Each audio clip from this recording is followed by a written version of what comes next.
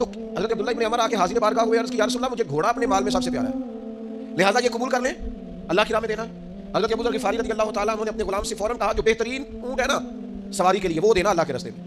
سب سے بہترین۔ تو آپ شام کو گھر آئے تو جو سب سے اعلیٰ اونٹ تھا وہ گھوم رہا تھا، تو آپ فرمانے لگے میں نے تم سے کہا تھا سب سے اعلیٰ اونٹ اللہ کی راہ میں دے دینا۔ عرض کی حضور یہ تو آپ کی سواری کے لیے ہے نا، اس کے بعد جو سب سے اعلیٰ تھا دوسرے نمبر پر میں نے راہ خدا دے دیا۔ تو حضرت ابو ذر غفاری فرمانے لگے میں نے سواری کے لیے تو کہا تھا راہ خدا میں دینا ہے، یہ تمہیں دینا چاہیے تھا جو سب سے بہتر تھا، اس لیے کہ میں چاہتا ہوں یہ قیامت کے دن میری سواری بن جائے۔ قرآن مجید آیا ہے بہترین چیز خرچ کرو، تو انہوں نے بہترین خرچ کرنا شروع کر دیا، وہ عمل کرتے۔ ہم نے قرآن مجید رکھا ہوا ہے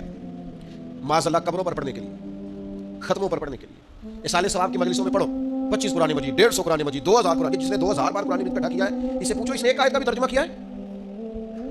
مجھ سے ناراض نہ ہونا، میں اصالِ ثواب کا قائل ہوں، خود ختم دلاتا ہوں،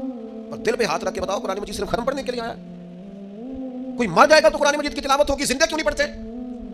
قبروں پر قرآن مجید پڑھنے والی قوم بتائے کچہریوں میں قرآن کیوں نہیں پڑھا جاتا، اسمبلیوں میں کیوں نہیں پڑھا جاتا؟ قبروں پر ٹینٹ لگا کے اور کناتے لگا کے 4 حافظ بٹھانے والوں بتاؤ جب تجارتیں کرتے ہو تب قرآن مجید کیوں نہیں پڑھتے کہ ہم قرآن مجید کے مطابق کاروبار کریں گے؟ خبروں پہ پڑھنے کے لیے آیا ہے، میتوں پر پڑھنے کے لیے فقط آیا ہے۔ میں انکار نہیں کرتا اصالِ ثواب کا، پر سوال کھڑا کرتا ہوں، کئی دفعہ پریشان ہو جاتا ہوں، صرف اور صرف تب تمہیں یاد آتا ہے جب کوئی دنیا سے رخصت ہوتا ہے۔ جانے والوں پر قرآن مجید پڑھتے ہو، انشاءاللہ اللہ اس کی برکت سے ان کی بخشش کرے گا، لیکن زندگی میں بھی قرآن پڑھ کے دیکھو، زندگی میں پڑھو گے تو زندگی بھی اعلیٰ ہو جائے گی، قبر بھی اعلیٰ ہو جائے گی، محشر کے میدان میں بھی اللہ رحمت کا نزول فرمائے۔ تو قرآن مجید کا حق ہے کہ اس پر عمل کیا جائے، اور چوتھا حق قرآن مجید کا یہ ہے کہ خدمت قرآن میں اپنا حصہ شامل کیا جائے، قرآن مجید چھپنے میں، قرآن مجید کی اشاعت میں، قرآن مجید کی تبلیغ میں، قرآن مجید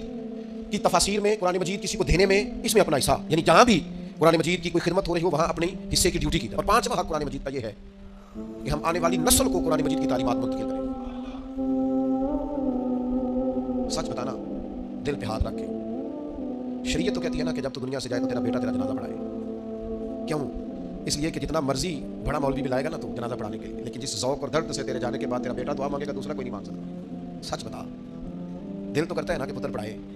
اور وہ کھڑا ہو اور وہ دعائیں مانگے، دل بھی کرتا ہے، شوق بھی پیدا ہوتا ہے، چاہت بھی ہے، پر اسے یہاں کھڑا کرنے کے لیے کوئی محنت بھی کیا کہ نہیں، کوئی توجہ بھی؟ میں نہیں مانتا ہاں مجھے کہیں کہ وہ قاری صاحب لوگ آئے تھے انہوں نے محنت نہیں کرائی، نہیں میں نہیں مانتا آپ کی بات، میں نہیں مانتا۔ میں اس بوڑھے باپ کو بھی جانتا ہوں جو بچے کو پڑھانے کے لیے جاتے تھے تو وہ ساتھ جا کے قاری صاحب کے پاس خود ساتھ بیٹھ جاتے تھے، ساتھ بیٹھتے تھے، کہتے تھے اس کو پڑھائیں، جہاں یہ الجھے گا یا تیاری نہیں کرے گا میں اس کو ڈانٹوں گا۔ کتنے کتنے گھنٹے وہ بوڑھے آدمی ساتھ بیٹھتے تھے کہ میرا بچہ قرآن مجید سیکھ جائے، بتائیں کتنی محنت کی ہے آنے والی نسل کو قرآن مجید کی تعلیمات منتقل کرانے کے لیے۔ تو مہربانی کریں، بس کریں، بڑی تقریریں، بڑے اسٹیٹس، بڑی نصیحتیں، بڑے جناب جلوے، بڑی باتیں ہو گئی، نشستاً گفتن برخاستن، بڑا کچھ ہو، آپ کچھ عملی زندگی کی طرف بھی آئیں، آپ کوئی کام کریں۔ تو یہ 5 باتیں قرآن مجید کے حقوق کے تعلق سے میں نے آپ کی خدمت میں عرض کی، اللہ تعالیٰ سمجھنے کی توفیق عطا فرمائے۔